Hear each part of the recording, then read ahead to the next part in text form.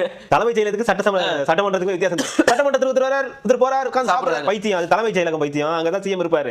அங்க போய் பார்க்கணும். சட்டமன்றத்துல வந்து சாப்பாடு கட்டிட்டு வந்து சாப்பிடுறாங்க. அந்த மாதிரி வீடியோ, அது மாதிரி போட்டோஸ் எல்லாம் ஜெனரேட் பண்ண தெரியுமா? நான் ஒன்னும் அந்த அளவுக்கு முட்டாள்லாம் கிடையாது. அதே சட்டசபையில தான் இங்க ஒருத்தர் போய் சாப்பிட்டு இருக்காரு. இவரை பாத்தீங்களா யாருன்னா? இத ஏஐல தான் நானும் பண்றேன். புரியுதா? இத மக்கள் நம்புறாங்க. ஏதாவது டவுட் இருக்கா? அதை பிச்சு பேசாம நாங்க பண்ணிருக்கோம். இந்த ஏஐ எங்களுக்கும் பண்ண தெரியும். அதை காட்டுறதுக்கு அதை உங்ககிட்ட சொல்றேன். இங்க நாங்களும் படிச்சவங்க தான். எங்களுக்கும் இந்த மாதிரிலாம் இமேஜஸ் எல்லாம் கிரியேட் பண்ண தெரியும் பண்ணிருக்காங்க.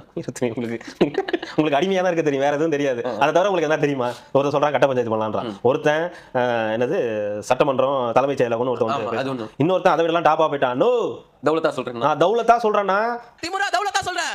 நோ உதயனா தம்பினானா, உதயனா தம்பினா நானு அப்படின்ற. இப்ப என்ன பஞ்சாயத்து உனக்கு? உதயனா தம்பினா இப்ப என்ன பண்ணணும்? ஏதாவது உதயனா தம்பினா என்ன பண்ணணும்? பயம். கலைஞர் நீங்க சொல்ற மாதிரி பெரியாரின் பேரனா, கலைஞரின் தொண்ட உடன்பிறப்பான், பெரியாரின் பேரன், அண்ணாவின் தம்பி, கலைஞரின் உடன்பிறப்பு, தளபதியின் போர்வாள், தௌலத் உதயண்ணாவின் தம்பி. இதுல என்ன உனக்கு பெருமை? மத்ததெல்லாம் கூட ஏத்துக்கலாம். தளபதியின் போர்வாள் வரைக்கும் நீ மன்னிச்சிடலாம், சரி போன் விட்டுறலாம். அது என்ன தௌலத் உதயண்ணாவின் தம்பி? நாளை பின்ன உதயண்ணாவின் தம்பி தான் சிக்குவீங்க. ஐயா இந்த பக்கம் ராஜன் வகையராயா, இந்த பக்கம் உதயண்ணா வகையரா. இனிமே அப்படிதான்.